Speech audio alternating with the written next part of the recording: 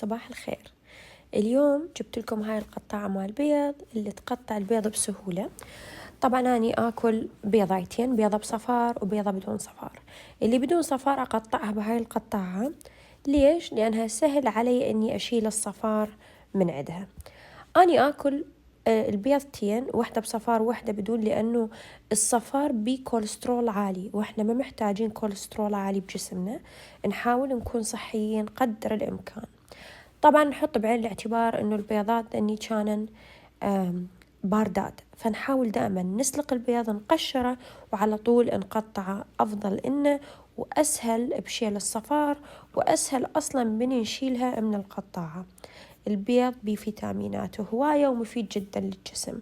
وأنا اليوم راح آكل أكل بدون كاربس، راح أحاول أعتمد بيه على البيض، راح أعتمد على الخضار اللي راح أحطها. طبعا القطاعة جدا جميلة. وغير هيجي راح أجي أحط خيارة كاملة، الخيار مفيد ويمد الجسم بالماء. غير هيجي راح أحط 6 زيتونات كدهون طبيعية مفيدة. وراح أحط 5 طماطات صغار اللي هي تشيري توميتو.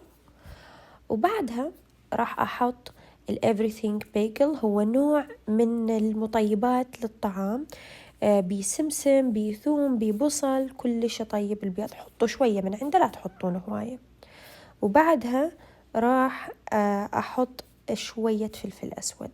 دائما أني على ثقة إنه العين تاكل قبل البطن، وبهالطريقة فطوري كلش صحي، ما بكربوهيدرات. ولا تنسون القطاعة موجودة على الشوبينج كارت.